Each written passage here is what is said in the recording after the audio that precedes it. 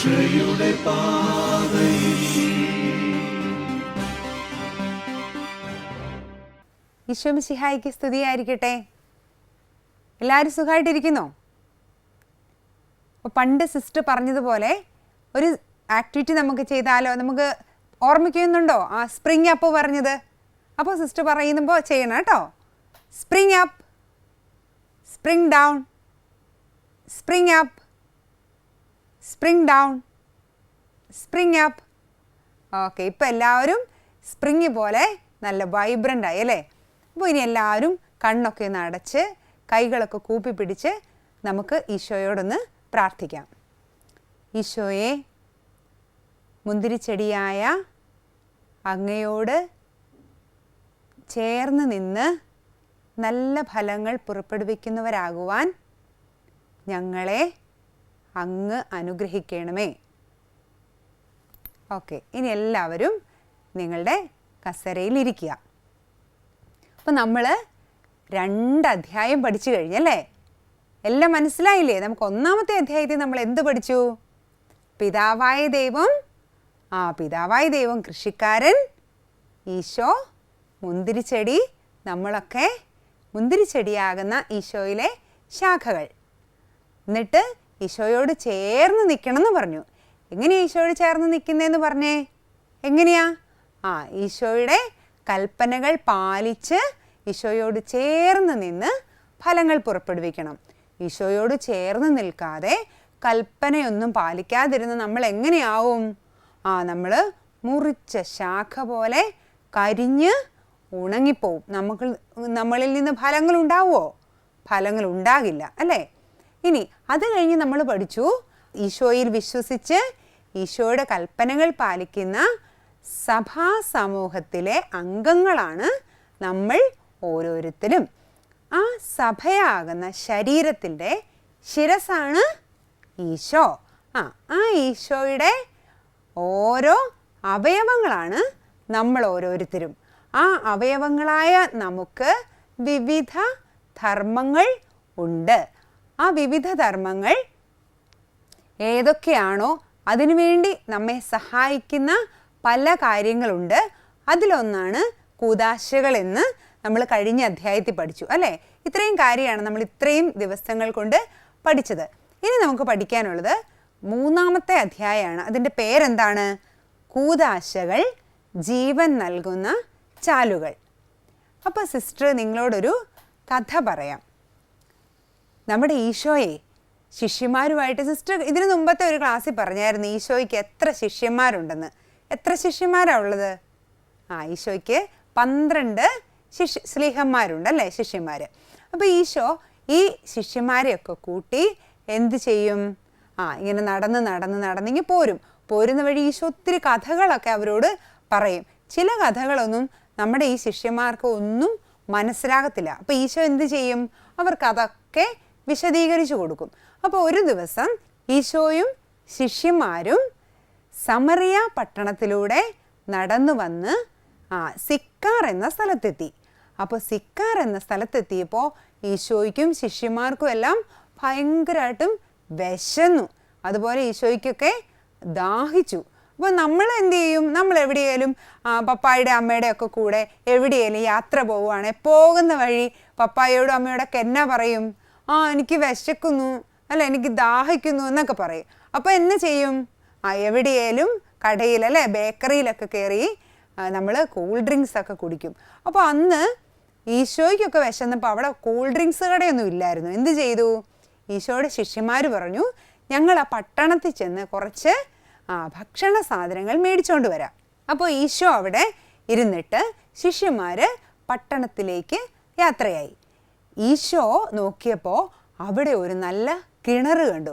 എന്നാൽ പിന്നെ ആ കിണറ്റിൻ്റെ അടുത്ത് പോയിരിക്കാം, ആരെങ്കിലും വെള്ളം കോരാൻ വരുവാണെങ്കിൽ കുറച്ച് വെള്ളം കുടിക്കാമല്ലോ എന്നൊക്കെ ഓർത്ത് ഈശോ കിണറിൻ്റെ കരയിൽ പോയിരുന്നു. ഈശോ കിണറിൻ്റെ കരയിൽ ഇങ്ങനെ ഇരിക്കുമ്പോൾ നല്ല ഉച്ച സമയമാണ്, നല്ല വെയിലാണ് അല്ലേ? അപ്പോൾ ഈശോ ഇങ്ങനെ ഇരിക്കുമ്പോൾ ഒരു പെണ്ണ് എന്ത് ചെയ്യുന്നു? ഒരു കുടവുമൊക്കെ ആയിട്ട് ആ കിണറിൻ്റെ തീരത്തേക്ക് വരികയാണ്. എന്നിട്ട് അവളുടെ കയ്യിൽ ഒരു വെള്ളം കോരാനുള്ള തൊട്ടിയും കയറും ഒക്കെ ഉണ്ട്. അല്ലാതെ അവിടെ എല്ലാവർക്കും കോരാനുള്ള തൊട്ടിയും കയറും ഒന്നുമില്ല. വരുന്നവർ സ്വന്തമായി തൊട്ടിയും കയറും ഒക്കെ ആയിട്ട് വരണം. അപ്പോൾ ഈ പെണ്ണ്, ഈ സ്ത്രീ എന്ത് കൊണ്ടുവന്നു? ഒരു തൊട്ടിയും കയറും അതുപോലെ വെള്ളം കൊണ്ടുപോകാനുള്ള ഒരു വലിയ പാത്രവും ഒക്കെയായി അവൾ വരികയാണ്. അപ്പോൾ ഈശോ ഇവളെ കണ്ടിട്ട് ചോദിച്ചു, എനിക്ക് കുറച്ച് വെള്ളം കുടിക്കാൻ തരാമോ? അപ്പോൾ അവൾ പറഞ്ഞു, സമറിയാക്കാരും യൂദന്മാരും തമ്മിൽ ബന്ധമൊന്നും ഇല്ലല്ലോ. സമറിയാക്കാരിയായ എൻ്റെ അടുത്ത് നീ വെള്ളം ചോദിക്കുന്ന എന്തിനാ? നിങ്ങളെല്ലാം വലിയ ആൾക്കാരല്ലേ, യൂദന്മാരെല്ലാം വലിയ ആൾക്കാരല്ലേ, വലിയ പണ്ഡിതന്മാരല്ലേ. നിങ്ങൾക്ക് ഞങ്ങൾ സമറിയാക്കാരായ ഞങ്ങളുടെ അടുത്തൊന്നും നിങ്ങൾ വരാറില്ലല്ലോ. അപ്പോൾ അങ്ങനെ സമറിയാക്കാരും യൂദന്മാരും ഒരു ബന്ധവുമില്ലാത്ത ഒരു സമയമായിരുന്നു അത്. അപ്പോൾ ഈശോ ചോദിച്ചു, എനിക്ക് അല്പം വെള്ളം തരുമോ എന്ന് ചോദിച്ചപ്പോൾ ഈ പെൺകുട്ടി അല്ലെങ്കിൽ ഈ സ്ത്രീ മറുപടിയായിട്ട് എങ്ങനെ പറഞ്ഞു? അപ്പോൾ ഈശോ പറഞ്ഞു, നീ എന്നോട് ചോദിച്ചിരുന്നെങ്കിൽ നിനക്ക് ഞാൻ ജീവജലം തരുമായിരുന്നു. അപ്പോൾ ഉടനെ അവൾ ചോദിച്ചു, നിനക്കെങ്ങനെ ജീവജലം കിട്ടുന്നേ? നിന്റെ കയ്യിൽ പാളയും കയറൊന്നും ഇല്ലല്ലോ, പിന്നെ നിനക്കെങ്ങനെ ജീവജലം കിട്ടും?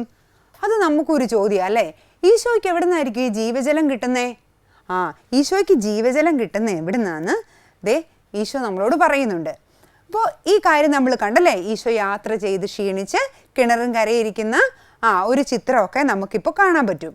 അപ്പോൾ ഈശോ ആ സ്ത്രീയോട് പറയുന്ന ഒരു കാര്യം എന്താന്നാ പറഞ്ഞേ? നീ വെള്ളം തന്നാൽ ആ വെള്ളം കുടിച്ചാൽ കുടിക്കുന്നവർക്ക് വീണ്ടും ദാഹിക്കും. ഇപ്പം ഈശോ പറയുന്നത് നമുക്കൊന്ന് കേൾക്കാം. എന്താ പറയുന്നത്? ഈ വെള്ളം കുടിക്കുന്ന ഏവനും വീണ്ടും ദാഹിക്കും, എന്നാൽ ഞാൻ നൽകുന്ന വെള്ളം കുടിക്കുന്നവന് പിന്നീട് ഒരിക്കലും ദാഹിക്കുകയില്ല. ഞാൻ നൽകുന്ന ജലം അവനിൽ നിത്യജീവനിലേക്ക് നിർഗളിക്കുന്ന അരുവിയാകും. അപ്പോൾ ഈശോ നൽകുന്ന ജലം കുടിക്കുന്നവന് നിത്യജീവൻ കിട്ടും. നിത്യജീവൻ എന്താണ്? നമ്മൾ ഇതിനു മുമ്പ് ഒരു ക്ലാസ്സിൽ നമ്മൾ പഠിച്ചായിരുന്നു. ഈശോയോട് കൂട്ടുകൂടി നമുക്ക് എവിടെ പോകാമെന്ന് പറഞ്ഞു? സ്വർഗത്തിൽ പോകാമെന്ന് പറഞ്ഞു അല്ലേ. സ്വർഗത്തിൽ പോയാൽ പിന്നെ ഈശോയോട് കൂടെ നിത്യമായിട്ട് നമ്മൾ ജീവിക്കുവാണ്. അപ്പോൾ അങ്ങനെ ഈശോയോട് കൂടെ നിത്യമായിട്ട് ജീവിക്കണമെങ്കിൽ നമുക്ക് ഈശോ നൽകുന്ന ജീവജലം നമുക്ക് കിട്ടണം. അപ്പോൾ ഈശോ ജീവജലമാണ് വാഗ്ദാനം ചെയ്യുന്നത്. ഈ ജീവജലത്തിന് മറ്റൊരു പേരോട് പറയാതാണ് കൃപാവരം.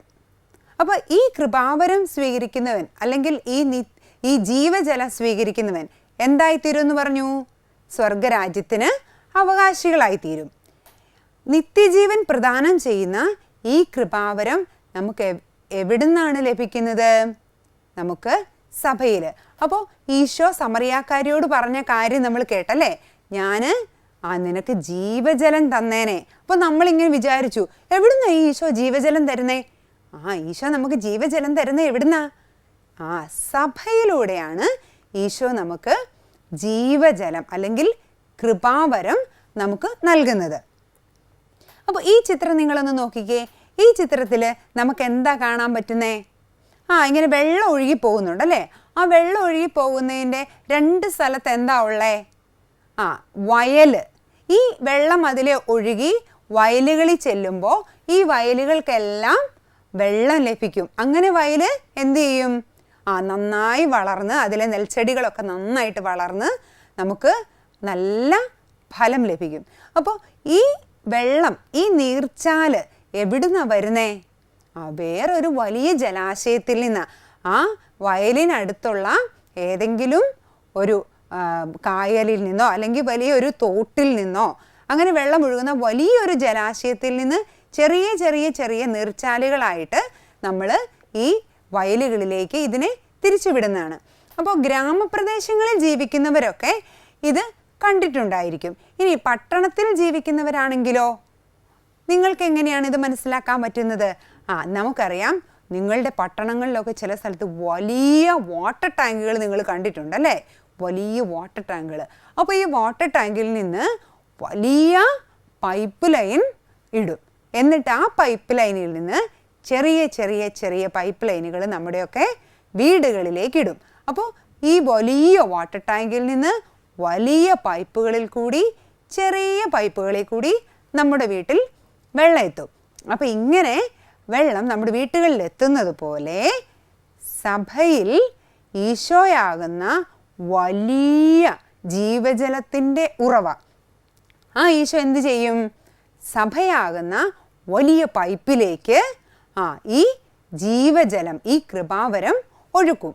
എന്നിട്ട് ഈ സഭയിൽ നിന്ന് ചെറിയ ചെറിയ ചെറിയ പൈപ്പുകളായ കൂദാശകളിലൂടെ നമുക്കൊക്കെ ഈ കൃപാവരം ലഭിക്കും.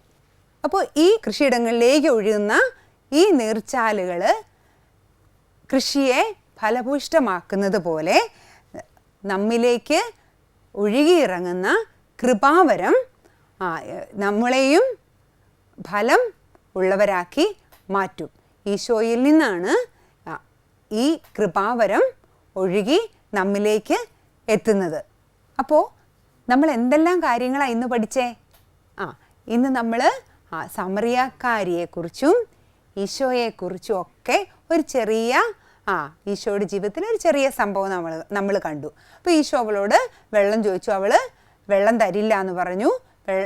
അപ്പോൾ ഈശോ പറഞ്ഞു, നീ എന്നോട് ചോദിച്ചിരുന്നെങ്കിൽ ഞാൻ ജലം തരുമായിരുന്നു. ആ ജലം കുടിച്ചാൽ ആർക്കും പിന്നെ ദാഹിക്കില്ല. ഇത്രയും കാര്യമാണ് ഈശോയും സമറിയാക്കാരും തമ്മിലുള്ള നടന്ന സംഭാഷണം. അപ്പോൾ ഇതിൽ നിന്ന് നമ്മൾ എന്ത് മനസ്സിലാക്കാം? ഈശോയാകുന്ന വലിയ ഉറവിടത്തിൽ നിന്ന്, കൃപാവരത്തിൻ്റെ ഉറവിടത്തിൽ നിന്ന് സഭയാകുന്ന ആ വലിയ പൈപ്പിലേക്ക് കൃപ ഒഴുകുമ്പോൾ ആ സഭയിൽ നിന്ന് കൂദാശകളാകുന്ന ചെറിയ പൈപ്പിൽ കൂടി നമ്മളിലേക്കും ഈ കൃപ ഒഴുകിയെത്തുന്നു. അപ്പോൾ ഈശോയോട് ചേർന്ന് നിന്ന് നമുക്കും ഈ കൃപ സ്വീകരിക്കാം. എല്ലാവരും ഒന്ന് കണ്ണുകൾ അടച്ച് നമുക്ക് ഈശോയോട് ഒരു നിമിഷം ഒന്ന് പ്രാർത്ഥിക്കാം. ഈശോയെ, അങ്ങ് ഒഴുക്കുന്ന കൃപാവരം യോഗ്യതയോടുകൂടി സ്വീകരിക്കുവാൻ ഞങ്ങളെ ഓരോരുത്തരെയും അനുഗ്രഹിക്കണമേ. പിതാവും പുത്രനും പരിശുദ്ധാത്മാവുമായ സർവേശ്വര എന്നേക്കും ആമേൻ.